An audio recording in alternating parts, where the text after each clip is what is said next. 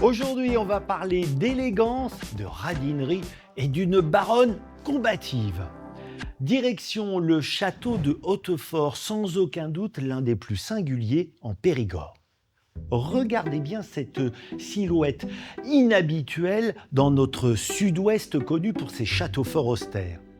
On se croirait presque dans la vallée de la Loire. L'explication ? La voici.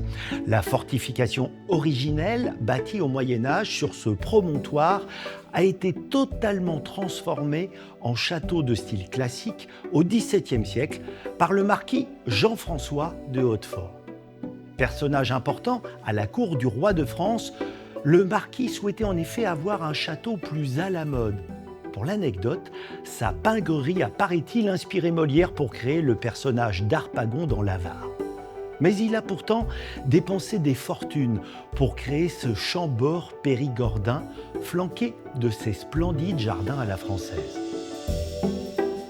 Abandonné après la Révolution, le château, à l'état de quasi-ruine, est acheté en 1929 par la baronne de Bastard. Elle dépense sans compter pour lui redonner son lustre.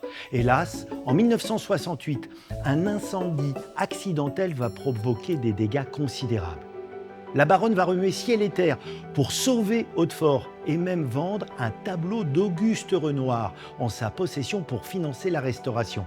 Car comme elle l'expliquait, il y a plusieurs Renoirs, mais un seul Hautefort.